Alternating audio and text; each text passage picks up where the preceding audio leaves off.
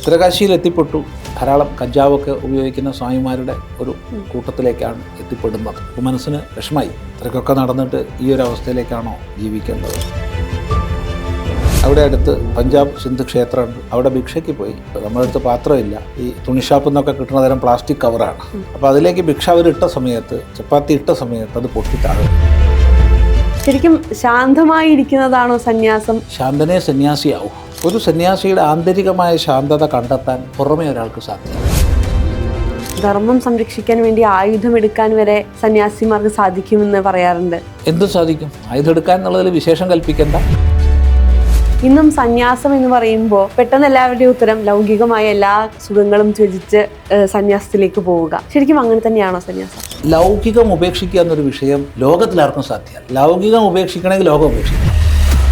ഇതെല്ലാം അനുഭവിച്ചിട്ട് ഞാൻ ലൗകികനല്ല എന്ന് പറയുന്നതിനൊരു അർത്ഥമില്ല. അത് കാപട്യമാണ്. നമ്മളെല്ലാവരും ലൗകികരാണ്. ഇപ്പോൾ സ്വാമിജി തന്നെ പറയുന്ന സമയത്ത് ഒരുപാട് വട്ടം പറഞ്ഞു, നമ്മൾ മനസ്സിൽ കണ്ട സന്യാസം അങ്ങനെയല്ല. സുഖം ഉപേക്ഷിക്കുക എന്നൊന്നും സന്യാസിക്കില്ല.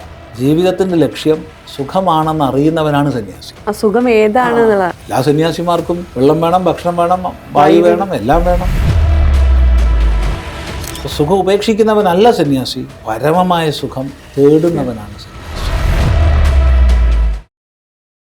അത് ജീവിതത്തിൽ ഏറ്റവും പ്രധാനപ്പെട്ട ഒരു ഘട്ടം കൊടജാദ്രി വനത്തിൽ ഒരു 2-3 ആഴ്ചക്കാലം ഉള്ള ഒരു തപസ്സിൻ്റെ ഘട്ടവും, അത് കഴിഞ്ഞിട്ടാണ് ഗോകർണത്ത് വലിയൊരു അമ്മ ഉണ്ടായിരുന്നു, തത്വവിജ്ഞാനിയായൊരമ്മ. ആ കാലഘട്ടത്തിൽ തന്നെ അമ്മയ്ക്ക് ഒരു 85 വയസ്സിന് മുകളിലുണ്ട്. ആ അമ്മ ലോകദൃഷ്ടിയിൽ ഭ്രാന്തിയാണ്. ലോകഭ്രാന്തി എന്നാണ് വിളിക്കുക. പക്ഷേ ആ അമ്മയുടെ ഓരോ വാക്കും നമുക്ക് മനസ്സിലാക്കണമെങ്കിൽ അനേക ഉപനിഷത്തുക്കൾ വേണം. അവധൂത സ്വഭാവമുള്ള. തീർച്ചയായിട്ടും അവധൂതം തന്നെയാണ്. ഒരു ഗുഹയിലാണ് താമസിക്കുന്നത്. കുറേ കല്ല് പെറുക്കി വെച്ചിട്ടുണ്ടാവും. വരുന്നവരെ എറിയാൻ വേണ്ടിയിട്ടാണ് കല്ല്. കുറേ പട്ടികളുണ്ടാവും. എന്തായാലും അമ്മയുടെ ഒരു പ്രേമത്തിന് പാത്രമായി. അവിടെ ധാരാളം മൂർഖൻ പാമ്പുകളൊക്കെ ഉള്ളൊരു ഗുഹയിലാണ് താമസിക്കുന്നത്. അങ്ങനെ അമ്മ ഒരു ചോദ്യം ചോദിച്ചു. ഇവിടെ ഭക്ഷണം കഴിക്കുക എന്ന് പറഞ്ഞാൽ പട്ടിയുണ്ടാവും, പട്ടിക്കുട്ടികളും ഉണ്ടാവും, പൂച്ചക്കുട്ടികളും ഉണ്ടാവും, നമ്മളും ഉണ്ടാവും. എല്ലാവരും പാത്രത്തിൽ നിന്നാണ് കഴിക്കുക. ആ അമ്മ പിച്ചതണ്ടി കൊണ്ടുവന്നിട്ടുള്ള അരി ആണ് ഭക്ഷണം ഉണ്ടാക്കി തരുന്നത് സ്നേഹപൂർവ്വം. 3-ാമത്തെ ദിവസമാണെന്നാണ് ഓർമ്മ. അല്ല 3-ാമത്തെ ദിവസമാണ്. അമ്മ ചോദിച്ചു, നീ തെണ്ടിയല്ലേ എന്ന് ചോദിച്ചു. അതെ, തെണ്ടിയാണ്. വെള്ള വസ്ത്രം ധരിച്ച് തെണ്ടാൻ പാടില്ല, കാവ്യ കൊടുക്കണം. അന്ന് അമ്മയോട് ചോദിച്ചു, ഒരു ഗുരുനാഥൻ സന്യാസം തരാതെ കാവി ഉടുക്കാൻ പാടുണ്ടോ? അപ്പോൾ അമ്മ പറഞ്ഞു, നീ കാവി കളർ കൊടുത്തോളൂ. അത് വ്യത്യാസം മനസ്സിലായി. ഇത് കാവി കളറല്ല, ഇത് മണ്ണാണ്. ഇത് കാവി മണ്ണ് മുക്കിയതാണ്. മണ്ണ് മുക്കി കൊടുക്കരുത്, ഗുരുനാഥൻ ദീക്ഷ തന്നിട്ടേ പാടുള്ളൂ. കളർ കൊടുത്തോളൂ. അന്ന് തന്നെ പോയി കളറ് മേടിച്ച് സമുദ്രജലത്തിൽ അത് പാത്രത്തിൽ കലക്കി ആകെയുള്ള 2 സെറ്റ് വസ്ത്രം കാവി മുക്കി. ഇപ്പോൾ പഠിച്ചതുകൊണ്ട് സന്യാസ മന്ത്രങ്ങളൊക്കെ അറിയാം. സ്വയം സന്യസിച്ചു. ഭൂസന്യസ്തമയ ഭുവസന്യസ്തമയ സുവസന്യസ്തമയ ഭൂഹു ഭുവഹ സുവഹ സർവം സന്യസ്തമയ എന്ന് മന്ത്രവും ചൊല്ലി കാഷായം കൊടുത്തു. പേരും മാറ്റി. സ്വാമി രാമകൃഷ്ണദാസ് എന്ന് പേര് വിട്ടു സ്വയം. പിന്നീടുള്ള യാത്ര കാഷായ വസ്ത്രത്തിലാണ്. ഗോകർണത്തിന് വടക്കോട്ടുള്ള യാത്ര കാഷായ വസ്ത്രത്തിലാണ്. അങ്ങനെ പല പല സ്ഥലങ്ങളുണ്ട്. അതൊക്കെ പറയാൻ പോയി കഴിഞ്ഞാൽ നമ്മൾ മാസങ്ങൾ ഒത്തുകൂടേണ്ടി വരും. ജീവിതാനുഭവങ്ങൾ, അതിൽ നിന്നുള്ള പാഠങ്ങൾ, അങ്ങനെ ഹിമാലയത്തിൽ ഋഷികേശിന് ബദരീനാഥൻ ലക്ഷ്യമാക്കിയിട്ടാണ് യാത്ര. നടന്നു പോകുന്ന വഴി അപ്പോൾ ഭിക്ഷ എടുക്കേണ്ട. അക്കാലത്തൊക്കെ ഭിക്ഷ എടുക്കാൻ തുടങ്ങിയിട്ടുണ്ട്. ദേവപ്രയാഗയിൽ നിന്ന് വഴി തെറ്റി. ശരിക്കും പറഞ്ഞാൽ വഴി തെറ്റാൻ സാധ്യതയില്ല, പക്ഷെ തെറ്റി. സാധ്യതയില്ല എന്ന് പറയാൻ കാരണം പ്രധാന റോഡ് ബദരിയിലേക്ക് പോകുന്നതാണ്. വഴിതെറ്റി നടന്ന് എത്തിപ്പെടുന്നത് ഉത്തരകാശിയിലാണ്. ഉത്തരകാശിയിൽ എത്തിപ്പെട്ടു. അപ്പോൾ ധാരാളം കഞ്ചാവൊക്കെ ഉപയോഗിക്കുന്ന സ്വാമിമാരുടെ ഒരു കൂട്ടത്തിലേക്കാണ് എത്തിപ്പെടുന്നത്. അപ്പോൾ മനസ്സിന് വിഷമായി. ഇത്രയ്ക്കൊക്കെ നടന്നിട്ട് ഈ ഒരു അവസ്ഥയിലേക്കാണോ ജീവിക്കേണ്ടത്? ഏതായാലും പിറ്റേ ദിവസം അവിടെ അടുത്ത് പഞ്ചാബ് സിന്ധ് ക്ഷേത്രമുണ്ട്, അന്നക്ഷേത്രം. അവിടെ ഭിക്ഷയ്ക്ക് പോയി. അപ്പോൾ മറ്റു മഹാത്മാക്കളുടെ അടുത്തൊക്കെ ഭിക്ഷയ്ക്ക് പാത്രമുണ്ട്. നമ്മുടെ അടുത്ത് പാത്രമില്ല. ഈ തുണിഷാപ്പിൽ നിന്നൊക്കെ കിട്ടുന്ന തരം പ്ലാസ്റ്റിക് കവറാണ്. അത് കേട് വരുമ്പോൾ എവിടുന്നെങ്കിലും പുതിയൊരു കവർ കിട്ടും. അങ്ങനെയാണ് യാത്ര. അപ്പോൾ ഈ കവർ പഴകിയിട്ടുണ്ട്. അപ്പോൾ അതിലേക്ക് ഭിക്ഷ അവരിട്ട സമയത്ത്, ചപ്പാത്തി ഇട്ട സമയത്ത് അത് പൊട്ടി താഴെ വീണു. അപ്പോൾ അവിടെയുള്ള മറ്റു സ്വാമിമാരിലൊരു സ്വാമി അയ്യോ എന്ന് പറഞ്ഞു. അയ്യോ എന്ന് പറഞ്ഞാൽ ഉറപ്പാണ് മലയാളിയാണ്, അല്ലെങ്കിൽ തമിഴ്നാട്ടിൽ നിന്നാണ്. അപ്പോൾ ഞങ്ങൾ പരിചയമായി, സംസാരിച്ചു. നാരായണാനന്ദ സ്വാമികൾ. അപ്പോൾ അദ്ദേഹം പറഞ്ഞു, നിങ്ങൾ ചെറുപ്പാണല്ലോ, ഇങ്ങനെ കറങ്ങി നടക്കുകയാണോ? ഏതെങ്കിലും ആശ്രമത്തിൽ പോയി ശാസ്ത്രം പഠിക്കണം. അപ്പോൾ സ്ഥിരം പല്ലവി പറഞ്ഞു, ഞാൻ ആശ്രമത്തിലൊന്നും താമസിക്കില്ല, സ്വാമിമാരുടെ കൂടെ ഒന്നും ഞാൻ താമസിക്കില്ല. എനിക്ക് ഗംഗാതീരത്ത് ഉപാസന ചെയ്ത് കഴിയണം. അപ്പോൾ ഇദ്ദേഹം പറഞ്ഞു, അങ്ങനെയാണെങ്കിൽ ഗംഗയുടെ വളരെ തീരത്ത് ഉത്തരകാശിയിൽ നിന്ന് അല്പം മുകളിൽ ഒരു കുടിയ എൻ്റെ കൈവശമുണ്ട്, അത് ഞാൻ തരാം. ഇപ്പോൾ അവിടെ ഒരു മഹാത്മാവുണ്ട്, ഒരാഴ്ച കഴിഞ്ഞാൽ അദ്ദേഹം പോകും. അപ്പോൾ താക്കോല് ഞാൻ തരാം. ആരും ശല്യപ്പെടുത്തില്ല, ആരും ഒഴിയാൻ പറയുകയില്ല. എൻ്റെ കസ്റ്റഡിയിലുള്ള ഒരു കുടിയാണത്. വലിയ സന്തോഷമായി. അപ്പോൾ ഒരാഴ്ച അവിടെ താമസിക്കും. ഒരാഴ്ച കഴിയണം കിട്ടണമെങ്കിൽ. 7 ദിവസം കഴിയും അത് കിട്ടണമെങ്കിൽ. ഇവിടെ കഴിയാം. അത് പറ്റില്ല, നിങ്ങളത് വേണ്ട. പാചകം ചെയ്യാൻ അറിയുമോ എന്ന് ചോദിച്ചു. പാചകം ചെയ്യാൻ അറിയാം, നല്ലപോലെ പാചകം ചെയ്യും. പക്ഷെ ഒരു കുഴപ്പമുണ്ട്, മലയാളിയുടെ പാചകമേ അറിയുള്ളൂ. അപ്പോൾ അദ്ദേഹം പറഞ്ഞു, അതാണ് വേണ്ടത്. ഇവിടെ ചിന്മയ മിഷനിൽ ഒരു കുക്കിൻ്റെ ഒഴിവുണ്ട്. അവിടുത്തെ ബ്രഹ്മചാരി മലയാളിയാണ്. അപ്പോൾ അദ്ദേഹത്തിന് പാചകം ചെയ്തു കൊടുക്കാൻ ഒരു ജോലി. എന്നാൽ അതായിക്കോട്ടെ, സന്തോഷമായി. കാരണം സന്തോഷമാവാൻ കാരണം പരമപൂജ്യ തപോവന സ്വാമികൾ തപസ് ചെയ്ത തപോവന കുടി അവിടെയാണ്, ഈ ചിന്മയ മിഷൻ. അപ്പോൾ അതൊക്കെ അറിയാമല്ലോ, ഒക്കെ വായിച്ച് എല്ലാം അറിയാം. അപ്പോൾ തപോവന സ്വാമി തപസ് ചെയ്ത സ്ഥലത്ത് താമസിക്കാൻ ഭാഗ്യം കിട്ടുക പറഞ്ഞാൽ അതിൽപ്പരം എന്താ വേണ്ട. ചുരുക്കി പറഞ്ഞാൽ അവിടെ പോയി. അപ്പോൾ കണ്ടീഷൻ എന്താ വെച്ചാൽ, ഒരാഴ്ച കഴിഞ്ഞാൽ പോകുന്നത് ബ്രഹ്മചാരിയോട് പറയാൻ പാടില്ല. പറഞ്ഞു കഴിഞ്ഞാൽ ജോലി കിട്ടില്ല. കള്ളം പറയണ്ട, പക്ഷെ സത്യം പറയാതിരിക്കാമല്ലോ. അപ്പോൾ അതൊക്കെ ഞാൻ ഏർപ്പാട് ചെയ്തോളാം, സ്വാമി ഒന്നും പറയണ്ട എന്ന് അദ്ദേഹം പറഞ്ഞു. അങ്ങനെ നമ്മളെ കൊണ്ടുപോയി. സ്വാമിയാണ്, സ്വാമി രാമകൃഷ്ണദാസാണല്ലോ. ഏതായാലും ബ്രഹ്മചാരിക്ക് വലിയ ഇഷ്ടമായി. അങ്ങനെ അവിടെ കുക്കായി ചേർന്നു. 2 പേർക്കുള്ള ഭക്ഷണം ഉണ്ടാക്കണ്ടു. കുറച്ച് സമയമേ ഉള്ളൂ, ബാക്കി സമയമൊക്കെ തപോവന കുടിയിൽ ചിലവഴിക്കും. അവിടെ എത്തിപ്പെട്ട് 2ാമത്തെ ദിവസം അവിടെ പ്രഭാകരൻ നമ്പൂതിരി എന്നുള്ളൊരാൾ വരികയാണ്. പ്രഭാകരൻ നമ്പൂതിരി, അദ്ദേഹത്തിന് എന്തോ ഒരു ആവശ്യത്തിന് ഋഷികേശിലേക്ക് വരണം. പക്ഷേ ആരോ അദ്ദേഹത്തെ ഉത്തരകാശിയിലേക്ക് പിടിച്ചു വലിക്കുന്ന പോലൊരു തോന്നൽ അദ്ദേഹത്തിന്. അങ്ങനെയാണ് അദ്ദേഹം അവിടെ എത്തിപ്പെടുന്നത്. ഉത്തരകാശിയിൽ വന്നാൽ അദ്ദേഹം തപോവൻകുടിയിലാണ് താമസിക്കുക. അങ്ങനെയാണ് അവിടെ എത്തിയത്. ഈ പ്രഭാകരൻ നമ്പൂതിരി ഇപ്പോൾ സ്വാമി വസിഷ്ഠാനന്ദജിയാണ്. അമേരിക്കയിലും കാനഡയിലുമായിട്ടാണ് സ്വാമിജി താമസിക്കുന്നത്. സ്വാമി വസിഷ്ഠാനന്ദ സരസ്വതി, അന്ന് പ്രഭാകരൻ നമ്പൂതിരി. അദ്ദേഹത്തെ പരിചയപ്പെട്ടു, മലയാളിയാണ്.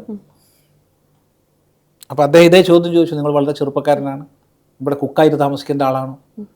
നിങ്ങൾ ഏതെങ്കിലും ആശ്രമത്തിൽ താമസിക്കണം? സ്ഥിരം പല്ലവി പറഞ്ഞു. അപ്പം അദ്ദേഹം ചോദിച്ചു, എനിക്കൊരു ചോദ്യം ചോദിക്കാനുണ്ട്. സന്യാസിമാരെല്ലാം എളുപ്പം പൈസ ഉണ്ടാക്കാനും മറ്റും ആണ് കഴിയുന്നതെങ്കിൽ അങ്ങനെ അല്ലാത്ത ഒരു സന്യാസിയായി തീർന്നൂടെ നിങ്ങൾക്ക്? ആശ്രമങ്ങൾ പണം സമ്പാദിക്കാനുള്ള കേന്ദ്രമാണെങ്കിൽ അങ്ങനെ അല്ലാതെ ഒരാശ്രമം നിങ്ങൾക്ക് സ്ഥാപിച്ചൂടെ? ആ ചോദ്യം വല്ലാതെ ആ കുട്ടിയുടെ ഉള്ളിലേക്ക് പ്രവേശിച്ചു. അന്ന് രാത്രി മുഴുവൻ തപോവൻകുടിയിൽ ഈ ഒരു ചോദ്യം ആലോചിച്ച് ജപിച്ചു ഇരുന്നു. പിറ്റേ ദിവസം രാവിലെ അദ്ദേഹത്തോട് പറഞ്ഞു, ഞാൻ തയ്യാറാണ്, അങ്ങനെ അദ്ദേഹമാണ് നമ്മളെ അവിടുന്ന് നേരിട്ട് ഗുജറാത്ത് മാധവാനന്ദ ആശ്രമത്തിലേക്ക് എത്തിക്കുന്നത്. വലിയ വിജ്ഞാനിയായിരുന്ന മാധവാനന്ദ സ്വാമികൾ സ്ഥാപിച്ച ആശ്രമമാണ്. സ്വാമിജിയുടെ ശിഷ്യനാണ് നമ്മുടെ ഗുരുനാഥൻ സ്വാമിജി വിമലാനന്ദപുരി സ്വാമികൾ. അങ്ങനെയാണ് ഗുജറാത്ത് ആശ്രമത്തിൽ എത്തിപ്പെടുന്നതും. അപ്പോൾ കൊണ്ടുപോകുമ്പോൾ ഈ പ്രഭാകര നമ്പൂതിരി 2 വ്യവസ്ഥയാണ് മുന്നോട്ട് വെച്ചത്. ഒന്ന്, ഭാഷ്യങ്ങൾ പഠിച്ചിട്ടുണ്ട് എന്നൊരു ഭാവം കാണിക്കരുത്. സ്വാമിജിയിൽ നിന്ന് ആദ്യം ശ്രവിക്കുകയാണെന്ന് അഭിനയിക്കണം. ആയിക്കോട്ടെ, അതങ്ങനെ ചെയ്യാമെന്ന് പറഞ്ഞു. 2, സ്വാമിജി നല്ലപോലെ വഴക്ക് പറയും, കേൾക്കാൻ തയ്യാറാവണം. നല്ല ശുണ്ഠിയാണ്, എന്തൊക്കെയാണ് ചെയ്യാമെന്ന് കണക്കില്ല, അതൊക്കെ അനുഭവിക്കാൻ തയ്യാറാവണം. അത് നല്ലതാണ്. അങ്ങനെയാണ് അവിടെ എത്തിപ്പെടുന്നത്. ഏതായാലും സ്വാമിജിയാണ് സാമ്പ്രദായികമായിട്ട് വ്യാകരണം പഠിപ്പിക്കുന്നത്. വ്യാകരണവും തർക്കവും സാഖ്യവും വേദാന്തം പിന്നെ പഠിച്ചതാണ്, എങ്കിലും സ്വാമിജിയിൽ നിന്ന് ശ്രവിക്കാനിടയായി. ആ കാലഘട്ടത്തിൽ ഒരു 1.5 വർഷം കഴിഞ്ഞപ്പോൾ സന്യാസദീക്ഷ സ്വീകരിക്കണം അതിനായി എന്ന് പറഞ്ഞ് സ്വാമിജി ഋഷികേശ് കൈലാസാശ്രമത്തിലേക്ക് ശുപാർശ കത്ത് തന്ന് പറഞ്ഞയച്ചു. അങ്ങനെയാണ് 1989 ശിവരാത്രി ദിവസം കൈലാസാശ്രമത്തിൽ നിന്ന് സന്യസിക്കുന്നത്. അപ്പോൾ ഈ ഗുജറാത്ത് ആശ്രമത്തിൽ എത്തിയ ദിവസം ഒരു സന്ധ്യയ്ക്കായിരുന്നു സ്വാമിജി പരിചയപ്പെട്ടു. ആദ്യമായിട്ട് കാണുകയാണ്. എന്താ പേര് എന്ന് ചോദിച്ചു. സ്വാമി രാമകൃഷ്ണദാസ് എന്ന് പറഞ്ഞു. ഏയ് അതൊന്നും വേണ്ട, സ്വാമി ചിദാനന്ദ എന്നായിക്കോട്ടെ പറഞ്ഞു. ആദ്യത്തെ കാഴ്ചയിൽ അങ്ങനെയാണ് സ്വാമി ചിദാനന്ദ. പിന്നെ ദീക്ഷ സ്വീകരിച്ചപ്പോൾ പുരി നാമവും വന്നു. അങ്ങനെയാണ് സന്യാസത്തിലേക്കുള്ളൊരു വഴി. ചോദ്യത്തിനുള്ള ഒരു മറുപടി കുറച്ച് വിശദമായിട്ടാണെങ്കിലും, പക്ഷെ ഇതിൻ്റെ ഒരു 1001 പറഞ്ഞിട്ടുള്ളൂ. കാരണം ഓരോ ദിവസവും നമുക്ക് ഈ പരിവർജനം ചെയ്യുമ്പോൾ ഒരു ദിവസം നമുക്ക് ലഭിക്കുന്ന അനുഭവങ്ങൾ തന്നെ ചിലപ്പോൾ ഒരു മാസമൊക്കെ പഠിപ്പിക്കാൻ തക്ക, അല്ലെങ്കിൽ പറഞ്ഞു കൊടുക്കാൻ തക്ക വിധം ഉണ്ടാവും. അത്രയ്ക്കധികം ഉണ്ടാവും. ഇത്രയും മഹാത്മാക്കളായിട്ടുള്ള ബന്ധങ്ങൾ, സാഹചര്യങ്ങൾ, തപസ്സിൻ്റെ മേഖലകൾ, ആ ഒരു ഗതിയിലാണ് വന്നത്. ഇപ്പൊ സ്വാമിജി തന്നെ പറയുന്ന സമയത്ത് ഒരുപാട് വട്ടം പറഞ്ഞു, നമ്മൾ മനസ്സിൽ കണ്ട സന്യാസം അങ്ങനെയല്ല, അപ്പൊ അത് തേടിക്കൊണ്ടാണ് പോയത്. ഇന്ന് ഇപ്പൊ ഇത്രയും കാലം കഴിഞ്ഞ് 2026 നിൽക്കുമ്പോൾ ഇന്നും സന്യാസം എന്ന് പറയുമ്പോൾ പെട്ടെന്ന് എല്ലാവരുടെയും ഉത്തരം ലൗകികമായ എല്ലാ സുഖങ്ങളും ത്യജിച്ച് സന്യാസത്തിലേക്ക് പോവുക. ശരിക്കും അങ്ങനെ തന്നെയാണോ സന്യാസം? അവിടെ ലൗകികം ഉപേക്ഷിക്കുക എന്നൊരു വിഷയം ലോകത്തിലാർക്കും സാധ്യമല്ല. ലൗകികം ഉപേക്ഷിക്കണമെങ്കിൽ ലോകം ഉപേക്ഷിക്കണം. കാരണം നമ്മളെല്ലാവരും ശ്വസിക്കുന്നത് ലോകത്തിലെ വായുവാണ്, എല്ലാവരും കുടിക്കുന്നത് ലോകത്തിലെ വെള്ളമാണ്, എല്ലാവരും കഴിക്കുന്ന ലോകത്തിലെ ഭക്ഷണമാണ്.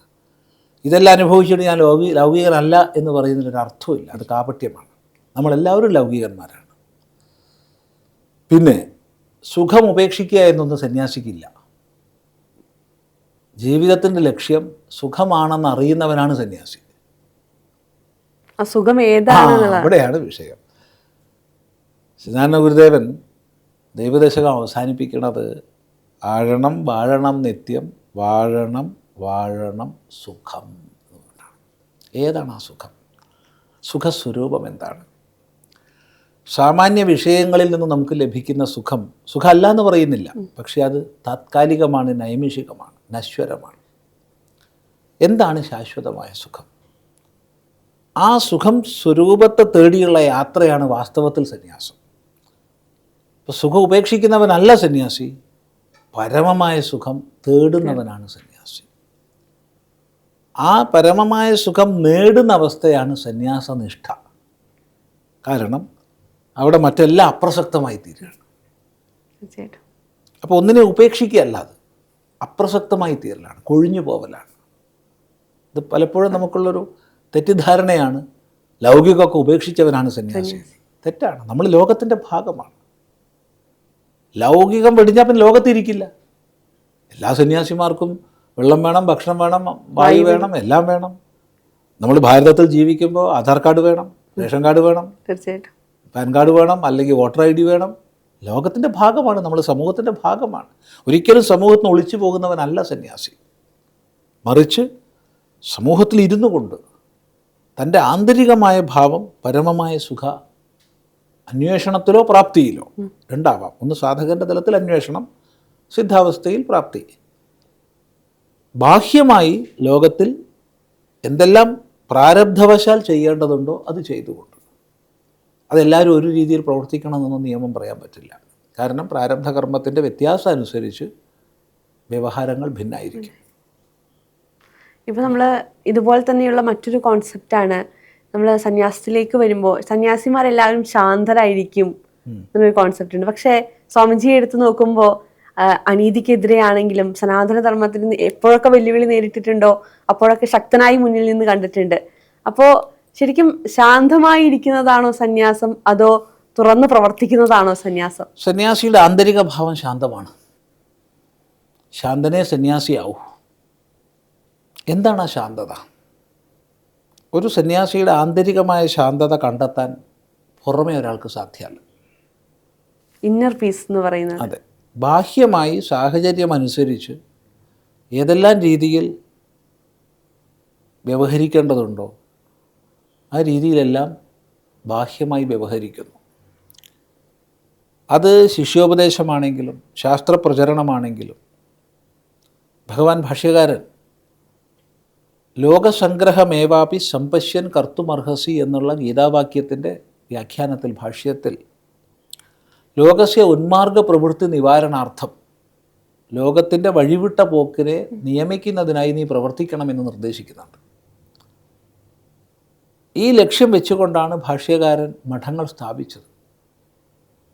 ഭാഷ്യകാരൻ മഠങ്ങൾ സ്ഥാപിച്ചതിൻ്റെ തുടർച്ചയായിട്ടാണ് സന്യാസി പരമ്പര, ശങ്കര പരമ്പര നിലവിൽ വന്നത്. അത് കേവലം എവിടെയെങ്കിലും ധ്യാനമഗ്നനായിരിക്കാനല്ല മഠസ്ഥാപനം. അത് സന്യാസിയുടെ ആന്തരിക ഭാവമാണ്. ബാഹ്യമായി ധർമ്മ സംസ്ഥാപനത്തിന് വേണ്ടി അതത് കാലഘട്ടത്തിൽ സനാതനധർമ്മത്തിന് വരുന്ന പ്രശ്നങ്ങളിൽ നിന്ന് അതിന് പരിഹാരം കാണിക്കാൻ വേണ്ടി, ധർമ്മ ജാഗരണത്തിന് വേണ്ടി, ധർമ്മ സംരക്ഷണത്തിന് വേണ്ടി പ്രവർത്തിക്കാൻ വേണ്ടിയിട്ടാണ് മഠങ്ങൾ സ്ഥാപിച്ചത്. അതാണ് സന്യാസ പരമ്പരകൾ അതിൻ്റെ ഭാഗമായിട്ട് വന്നിട്ടുള്ളത്. അങ്ങനെ എല്ലാ വ്യവഹാരവും ബാഹ്യമായി ആവശ്യമായ രീതിയിലുള്ള പ്രവർത്തനം ചെയ്യുമ്പോൾ തന്നെ ആന്തരികമായ ശാന്തത, ശീതളിമ നിലനിർത്താൻ സാധിക്കണം. അത് സാധിക്കുന്നില്ലെങ്കിൽ സന്യാസമാർഗത്തിൽ നമ്മൾ കൊഴിഞ്ഞു വീണമെന്നർത്ഥം. അത് പുറമേ ഒരാൾക്ക് മനസ്സിലാക്കാൻ കഴിയില്ല. അവനവന് മാത്രമേ അറിയുള്ളൂ, അഥവാ സമാനന്മാർക്കേ അറിയുള്ളൂ. നമ്മൾ പറയാറുണ്ടല്ലോ, ധർമ്മം സംരക്ഷിക്കാൻ വേണ്ടി ആയുധം എടുക്കാൻ വരെ സന്യാസിമാർക്ക് സാധിക്കുമെന്ന് പറയാറുണ്ട്. എന്തും സാധിക്കും. ആയുധം എടുക്കാൻ എന്നുള്ളതിൽ വിശേഷം കൽപ്പിക്കേണ്ട. ഏതാണോ സന്ദർഭമനുസരിച്ച് പ്രവർത്തിക്കേണ്ടത് അത് പ്രവർത്തിക്കാൻ സാധിക്കും. എന്നാൽ ഏത് സമയം തൻ്റെ ആ പ്രവൃത്തിയിൽ എൻ്റെ എന്നുള്ള മമത്വ ചിന്തയും പരിമിതമായ അഹങ്കാരവും വന്നോ അപ്പോൾ അയാൾ സന്യാസത്തിൽ നിന്ന് വ്യതിചലിച്ചു. ഇതൊപ്പം കൊണ്ടുപോയാൽ അപ്പോൾ എളുപ്പമാണോ? ഒരിക്കലുമല്ല. എന്നാൽ എളുപ്പമാണ്. ഒരു ദൃഷ്ടിയിൽ നോക്കിയാൽ കത്തിയുടെ വൈത്തലയ്ക്ക് മുകളിലൂടെ നടക്കുന്നത് പോലെ ക്ഷുരസ്യധാര നിശിതാദുരത്തെയ ദുർഗം പഥസ്തത് കവയോ വദന്തി എന്ന ഉപനിഷത്തിൽ പറയുന്ന ക്രമത്തിൽ വളരെ ശ്രദ്ധാപൂർവം നടത്തേണ്ടതാണ്. മറ്റൊരു ഭാഗത്ത് നോക്കിക്കഴിഞ്ഞാൽ അത്യന്തം എളുപ്പമാണ്. കാരണം ഇതെല്ലാം പ്രാരബ്ധവശാൽ വന്നു ചേരുന്ന കർത്തവ്യങ്ങളുടെ നിർവഹണം മാത്രമാണ്. അഥവാ ഒന്നുകൂടി ശുദ്ധമായ ഭാഷ പറഞ്ഞാൽ പ്രാരബ്ധവശാൽ വന്നു ചേരുന്ന കർമ്മങ്ങളുടെ നിർവഹണമാണ്. കാരണം കർത്തവ്യം പോലും അല്ല. അപ്പോൾ അത് ചെയ്യുന്നു. ആന്തരികമായി തൻ്റെ നിഷ്ഠ നിലനിർത്തുകയും ചെയ്യുന്നു. ഇപ്പോൾ നമുക്കറിയാം, ഇന്നത്തെ കാലത്തേക്ക് വരുമ്പോൾ ആത്മീയതയും അല്ലെങ്കിൽ സനാതന ധർമ്മമൊക്കെ വലിയ രീതിയിൽ ചോദ്യം ചെയ്യപ്പെടുന്ന ഒരു കാലഘട്ടമാണ്. അതുകൊണ്ട് തന്നെ അതിനെല്ലാം മനസ്സിലാക്കി കൊടുക്കും. സനാതന ധർമ്മത്തെ ഒരു വ്യക്തിക്ക് മനസ്സിലാക്കി കൊടുക്കുക എന്ന് പറയുന്നത് അത് അംഗീകരിക്കാൻ തയ്യാറല്ലാത്തടത്തോളം കാലം അത്ര എളുപ്പമുള്ള കാര്യമല്ല. അപ്പോൾ അത് പറയുമ്പോൾ നമ്മൾ നേരിടുന്ന വിമർശനങ്ങളുണ്ട്. അപ്പോൾ എങ്ങനെയാണ് ശരിക്കും സനാതന ധർമ്മത്തെ ആഴത്തെ ആളുകളിലേക്ക് എത്തിക്കാൻ നമുക്ക് സാധിക്കുക? അങ്ങനെ എത്രയോ മഹാത്മാക്കൾ സമൂഹത്തിൽ അവിശ്രമം പരിശ്രമിച്ചതിൻ്റെ ഫലമാണല്ലോ ഇന്ന് നമ്മൾ കാണുന്ന ധർമാവബോധം. സന്യാസനിഷ്ഠയിൽ ഉറച്ചിരുന്ന ഭഗവാൻ ഭാഷ്യകാരൻ മുതൽക്ക് ശങ്കരാചാര്യസ്വാമികൾ മുതൽക്ക് ഇങ്ങോട്ട് എത്രയെത്ര മഹാപുരുഷന്മാരെ നമുക്ക് നോക്കാം. എത്ര ലോകം മുഴുവൻ നമ്മൾ നോക്കുകയാണെങ്കിൽ വിവേകാനന്ദ സ്വാമികളും മറ്റും ചെയ്തു വെച്ച പ്രവർത്തനത്തിൻ്റെ ആഴവും വ്യാപ്തിയും എത്രയാണ്. സ്വാമിജിയുടെ പ്രവർത്തനത്തെ തുടർന്ന് ശ്രീരാമകൃഷ്ണദേവൻ്റെ തന്നെ ശിഷ്യന്മാരായിട്ടുള്ള തുരീയാനന്ദ സ്വാമികൾ, അഖണ്ഡാനന്ദ സ്വാമികൾ, അഭേദാനന്ദ സ്വാമികൾ, ത്രിഗുണാതീതാനന്ദ സ്വാമികൾ തുടങ്ങിയ മഹാപുരുഷന്മാർ, അങ്ങനെ പറയുമ്പോൾ പലരും വിട്ടുപോകും. യോഗാനന്ദ പരമഹംസ സ്വാമികൾ, രാമതീർത്ഥ സ്വാമികൾ, ചിന്മയാനന്ദ സ്വാമികൾ, ദയാനന്ദ സ്വാമികൾ, അങ്ങനെ എത്രയോ മഹാപുരുഷന്മാർ. ഇങ്ങനെ പേര് പറയുമ്പോൾ പലരും വിട്ടുപോവുക എന്നുള്ളൊരു പ്രശ്നം വരും. അതുകൊണ്ടാണ് എത്രയോ മഹാപുരുഷന്മാർ ആന്തരികമായി അവരുടെ നിഷ്ഠയിൽ പുലർന്നുകൊണ്ട് തന്നെ ബാഹ്യമായി ലോകത്തിൽ ശാസ്ത്രപ്രചരണം ചെയ്തതിൻ്റെ ഫലമല്ലേ ഇന്നിവിടെ കാണുന്ന ധർമാവബോധം. ഒരു കാലത്ത് the cultural ambassador of India എന്നൊക്കെ അറിയപ്പെട്ടിരുന്ന രംഗനാഥാനന്ദ സ്വാമികളും മറ്റും ചെയ്ത പ്രവർത്തനങ്ങൾ എത്രയാണ്. ഇനി കേരളത്തിലേക്ക് നോക്കുകയാണെങ്കിൽ കേരളത്തെ ഇരുട്ടിൽ നിന്ന് വെളിച്ചത്തിലേക്ക് നയിച്ച ചട്ടമ്പി സ്വാമി തിരുവടികളായാലും ശ്രീനാരായണ ഗുരുദേവനായാലും ശുഭാനന്ദ ഗുരുദേവനായാലും അല്ലെങ്കിൽ ബ്രഹ്മാനന്ദ ശിവയോഗികളായാലും ആഗമാനന്ദ സ്വാമികളായാലും ശ്രീരാമകൃഷ്ണദേവൻ്റെ ശിഷ്യനായിരുന്ന നിർമ്മലാനന്ദ സ്വാമികളായാലും അങ്ങനെ ഒരു വലിയ സംഘം, വേദഗുരു സദാനന്ദ സ്വാമികളായാലും അങ്ങനെയുള്ള മഹാപുരുഷന്മാരുടെ പ്രവർത്തനമല്ലേ ധർമ്മജാഗരണം. അതുകൊണ്ട് എക്കാലവും ധർമ്മജാഗരണത്തിനുള്ള പ്രവർത്തനങ്ങൾ ഒരു ഭാഗത്ത് ചെയ്യുമ്പോൾ അതിനെ വിമർശിക്കുന്ന, നിന്ദിക്കുന്ന ഒരു സമൂഹം ഒരു ഭാഗത്തുണ്ടാവും. ആ നിന്ദയെയോ വിമർശനത്തെയോ മഹാപുരുഷന്മാർ ഒരിക്കലും പരിഗണിക്കാറില്ല. അവർ ചെയ്യാനുള്ള പ്രവർത്തനം ചെയ്തുകൊണ്ട് മുന്നോട്ട് പോകുന്നവരാണ്. ആ ഒഴുക്കിൽ തീർച്ചയായിട്ടും കൂടുതൽ കൂടുതൽ കൂടുതൽ സജ്ജനങ്ങൾ തിരിച്ചറിവോടുകൂടി മുന്നോട്ട് പോകും. അതിൻ്റെ ഫലമാണ് ഇന്ന് നമുക്കുണ്ടായിട്ടുള്ള ധർമ്മജാഗരണം. ഇത് കൂടുതൽ കൂടുതൽ ശക്തമായി മുന്നോട്ട് പോയിക്കൊണ്ടേയിരിക്കും. ഇന്ന് വർത്തമാനകാലത്ത് നമുക്ക് നോക്കിയാൽ അറിയാം, കേരളത്തിൽ എത്രയോ സന്യാസിമാർ പ്രവർത്തിക്കുന്നുണ്ട്. സന്യാസിമാർ മാത്രമല്ല, ബ്രഹ്മചാരിമാരും ഗൃഹസ്ഥന്മാരുമായ ഒരുപാട് പേര് വേദം പഠിപ്പിക്കുന്നുണ്ട്, യോഗവിദ്യ പഠിപ്പിക്കുന്നുണ്ട്, തന്ത്രം പഠിപ്പിക്കുന്നുണ്ട്, പൂജ പഠിപ്പിക്കുന്നുണ്ട്. വ്യത്യസ്ത സമ്പ്രദായങ്ങളിലുള്ള ക്രമങ്ങളിൽ പഠനങ്ങൾ ചെയ്യുന്നുണ്ട്. അതിൻ്റെ പ്രയോജനമാണ് നമ്മളിന്ന് കാണുന്നത്, ഒരു ഉണർവ്. അതുകൊണ്ട് വിമർശനവും നിന്ദയൊക്കെ അതിൻ്റെ ഭാഗമാണ്. എനിക്ക് പനിനീർ പൂ വേണം, പക്ഷേ പനിനീർ ചെടിക്ക് മുള്ളു പാടില്ല എന്ന് പറഞ്ഞാൽ പറ്റില്ല. തീർച്ചയായിട്ടും മുള്ളില്ലാത്ത പനിനീർ ചെടി ഉണ്ടാവാം, പക്ഷെ അതിന് സുഗന്ധവും ഉണ്ടാവില്ല.